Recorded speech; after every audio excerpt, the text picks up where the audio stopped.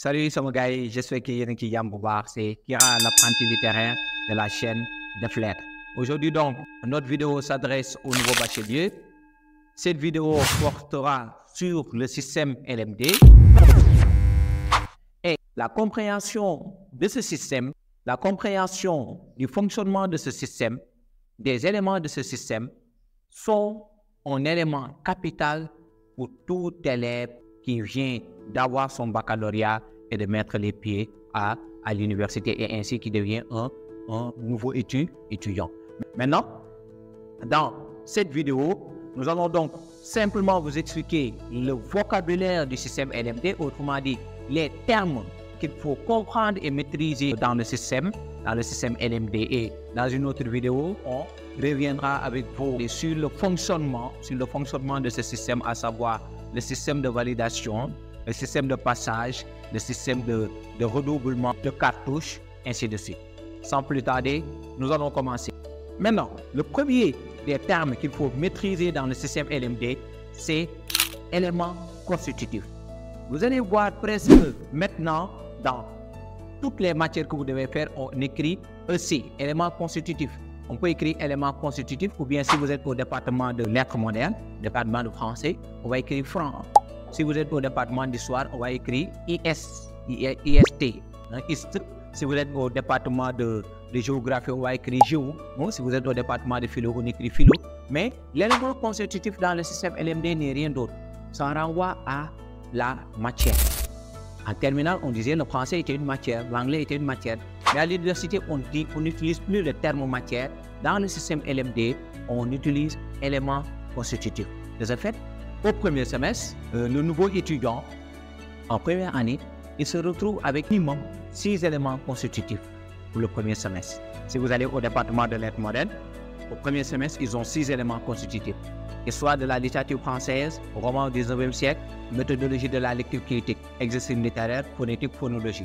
Cela est valable aussi quand vous allez dans les autres départements. Au second semestre, vous retrouvez avec minimum 6 éléments constitutifs. En deuxième position, nous avons le terme unité d'enseignement. L'unité d'enseignement n'est rien d'autre. L'unité d'enseignement, c'est une réunion d'éléments constitutifs. L'unité d'enseignement, c'est un groupage d'éléments constitutifs. Autrement dit, ici, les éléments constitutifs que vous connaissez sous le nom de matière, donc les éléments constitutifs ne fonctionnent jamais seuls. Donc, les éléments constitutifs fonctionnent par groupe. Donc, et généralement, on a des groupes de 2 éléments constitutifs minimum ou maximum minimum 1 ou 2 éléments constitutifs. Mais en première année, on voit que les groupes d'éléments constitutifs, à l'intérieur, il y a 2 éléments constitutifs ou matière, maximum 3. Donc l'unité d'enseignement, c'est la réunification, c'est le groupe, c'est la réunion d'éléments constitutifs. Donc je viens de vous le dire tout à l'heure, au premier semestre, vous vous retrouvez avec 6 éléments constitutifs. Et ces 6 éléments constitutifs vont être groupés en 3 unités d'enseignement. De ce fait, dans la première unité d'enseignement, vous aurez 2 éléments constitutifs. Dans la deuxième unité d'enseignement, 2 éléments constitutifs. Et dans la troisième unité d'enseignement, 2 éléments constitutifs. Donc l'unité d'enseignement n'est rien d'autre, c'est le groupe d'éléments constitutifs. Et maintenant, le troisième terme, c'est ce qu'on appelle crédit. Le crédit n'est rien d'autre. Le crédit, c'est ce qui est généré par l'unité d'enseignement une fois que vous obtenez la moyenne. Aussi, dans la première unité d'enseignement qui est constituée de 2 matières, on réunit les 2 notes de ces matières. On le divise par 2 et vous avez 10, que ce soit 10, 10, que ce soit 8, 12, que ce soit 18, 2, que ce soit 0, 20. Donc, si on réunit les 2 éléments constitutifs dans une unité d'enseignement, on les divise par 2, vous avez un minimum de 10, ça génère ce qu'on appelle un certain nombre de crédits. Mais le fait de réunir les 2 notes dans l'unité d'enseignement, il faut savoir aussi, ça dépend des coefficients. De la même manière, quand vous étiez en classe terminale, il ne suffisait pas, par exemple, d'avoir 10 dans toutes les matières. Ensuite, en maths, on en supposons 12. En français, on a 8. Et on pense que les 2 de maths vont compenser, les plus 2 de maths vont compenser les moins 2 de français. Donc ici, on tient compte aussi des coefficients. Donc, le crédit n'est rien d'autre. Le crédit, c'est ce qui est généré lorsque nous obtenons la moyenne à l'intérieur de l'unité d'enseignement. Et chaque semestre est constitué de maximum 30 crédits. Et quatrième thème, vous avez ce qu'on appelle le semestre. Le semestre n'est rien d'autre. C'est la répartition de l'année. Quand vous étiez à l'école, vous avez le premier semestre et le second semestre. À l'université aussi, les années universitaires sont réparties en semestres. En L1, on a le semestre 1 qui officiellement dure 6 mois, mais officieusement et en réalité, le semestre ne dure pas 6 mois. Souvent, ça peut durer 2 mois. Mais le semestre, en quelque sorte, c'est la division de l'année universitaire. En L1, vous avez semestre 1, semestre 2. En L2, vous aurez semestre 3, semestre 4 et en L3, semestre 5, semestre 6. C'est clair? Maintenant, nous avons ce qu'on appelle session. La session n'est rien d'autre. Vous avez eu à le découvrir lorsque vous passiez le bac. Le premier tour et le second tour. À l'université, donc, si aux examens du premier semestre, lors de la session normale, parce que dans chaque semestre, il y a 2 sessions, comprenez le pas de tour. Au premier semestre, les examens du premier semestre, il y a le premier tour.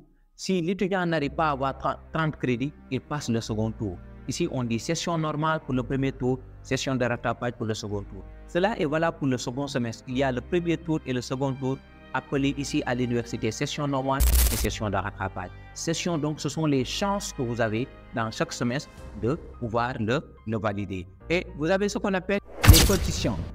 Ça, vous le savez déjà. Vous savez que depuis la classe de 6e, vous avez maîtrisé les coefficients des matières. À l'université aussi, les matières ont leurs coefficients. Et il est important de savoir que pour qu'il y ait des compensations, des validations, des compensations, comme ça se passait en classe de terminale, parce que pour la plupart des élèves des nouveaux bacheliers littéraires, ils n'étaient pas bien en maths, mais ils étaient bien en français. De ce fait, ils se retrouvaient avec 5 en maths, mais 15 en français. Et à la sortie des notes, lors de la remise des bulletins, il a la moyenne, il a 10 ou 11 de moyenne. Cela aussi est valable à l'université. Il y a ce qu'on appelle les compensations. Les compensations se font en tenant compte des coefficients. Maintenant, nous avons ce qu'on appelle cours magistral. Le cours magistral est un cours d'amphithéâtre.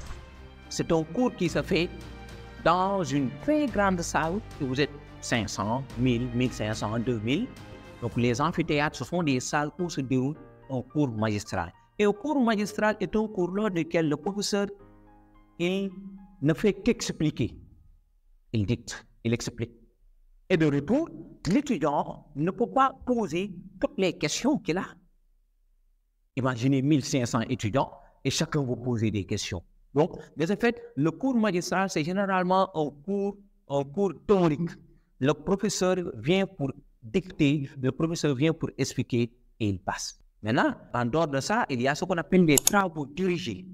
Les travaux dirigés sont des cours qui ne se font pas dans les amphithéâtres, mais qui se font dans des petites salles avec des groupes réduits. Donc, les cours de TD sont des cours assez pratiques.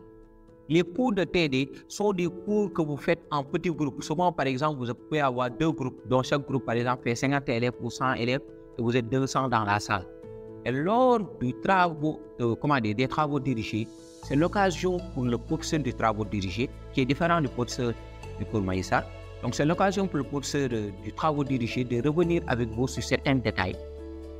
Vous aurez l'occasion de lui poser toutes vos questions et vous allez beaucoup pratiquer. Si le cours magistral est beaucoup plus théorique, le cours de TD est beaucoup plus pratique. Si vous êtes au département de lettres modernes, ce sera l'occasion pour vous de faire des dissertations sur les œuvres au programme. Ce sera l'occasion pour vous de faire des exercices corrigés. Si vous êtes au département de géo, cela est valable.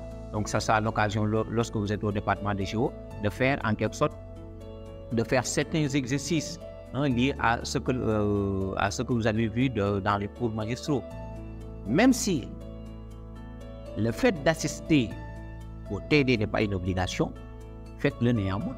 Parce que souvent, les étudiants se disent, bon, le cours magistral, ce n'est pas nécessaire que j'y assiste, le cours de TD, il n'est pas nécessaire. Et même ça, il faut savoir qu'il y a certains départements, à la faculté des lettres de sciences humaines, où c'est nécessaire. Vous prenez le département des géo, par exemple, c'est lors de ces TD que les élèves sont évalués en devoir et les notes comptent. Donc, pour les cours de TD, c'est l'occasion que vous avez de poser toutes vos questions, toutes vos inquiétudes et de vous exercer. Et les cours de TD, on le retrouve presque dans toutes les facultés. Et en dernier lieu, il y a ce qu'on appelle les TP, travaux pratiques.